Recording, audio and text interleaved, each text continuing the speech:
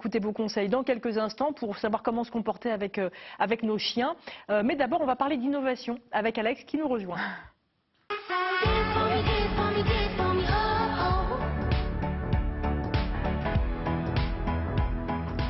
Alors, deux innovations, Exactement. avec une innovation qui va mettre un peu votre chienne à l'épreuve, je crois. Oui, elle attend la deuxième innovation, Oui, Nuke. vous saurez pourquoi dans quelques instants. Effectivement, on va commencer avec une première innovation, toujours des innovations développées, imaginées par des entreprises françaises. On commence avec une application, ça se passe sur le téléphone directement, c'est une application qui s'appelle Help Us. Alors, je vous avais déjà présenté, donc vous êtes formidables, des objets connectés comme des bijoux avec des boutons poussoirs qui permettaient d'alerter un proche en cas de problème dans la rue, si on se fait agresser, etc.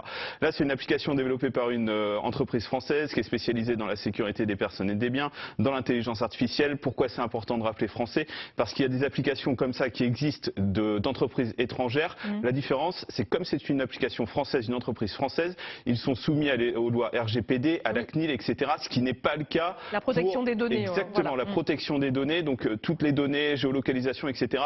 Il y a toute une réglementation et parfois d'autres applications qui font la même chose, qui sont basées à l'étranger, ne sont pas soumises à ces réglementations-là. Donc ça, c'est important de le rappeler.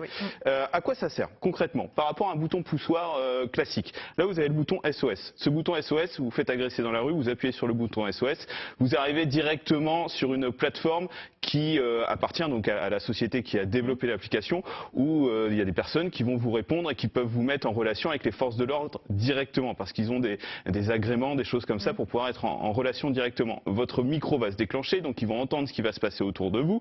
Ça, c'est des choses qu'on connaît déjà. Ce qu'on connaît un petit peu moins, c'est que l'application permet également, par exemple, d'avoir des veilleurs et des veillés. Les veilleurs et les veillés, je vous prends un exemple concret. Les parents avec leurs enfants. Alors l'idée, c'est pas entre guillemets de tout le temps être sur le dos, de se dire où est mon enfant, etc. C'est juste là, on peut rentrer un trajet entre le domicile des parents, notre domicile, et le collège par exemple, ou le lycée.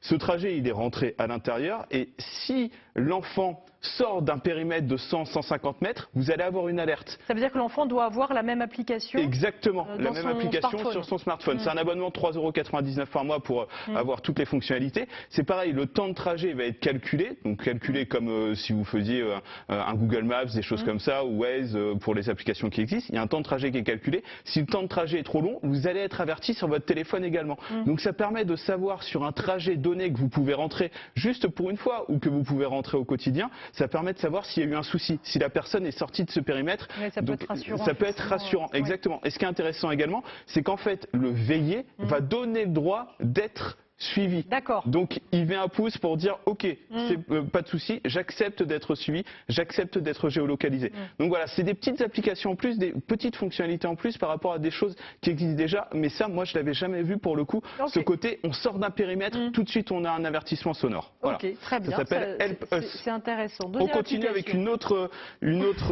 innovation.